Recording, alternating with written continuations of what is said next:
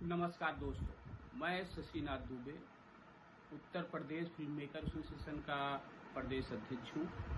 साथ में मैं जर्नलिस्ट यूनियन ऑफ इंडिया का राष्ट्रीय अध्यक्ष हूँ।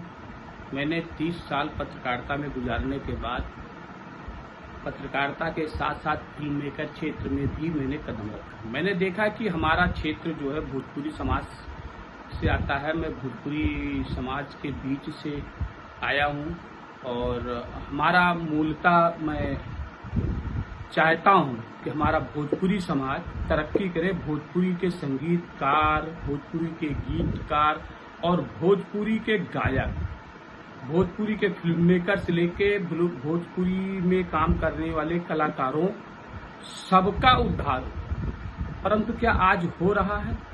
आज की तारीख में जिस तरह से कुछ लोगों ने भोजपुरी जो है फिल्म जगत को अपने कब्जे में ले रखा है और अपने पैसे के बलबूते पर जैसे चाहते हैं वैसे जो है पूरी भोजपुरी इंडस्ट्री को नचा रहे हैं। कितनी बड़ी भोजपुरी इंडस्ट्री है, आपको जानकर हर्ष होगा इस बात से कि भोजपुरी जो इंडस्ट्री है वो कई देशों में फैली हुई है, परंतु ये 4-5 लोग ऐसे हैं जिन्होंने इस पे कब्जा कर रखा है। सबसे बड़ी बात यह है कि कोई अच्छी पिक्चर अगर कोई बनाना चाहता है, कोई नया कलाकार आता है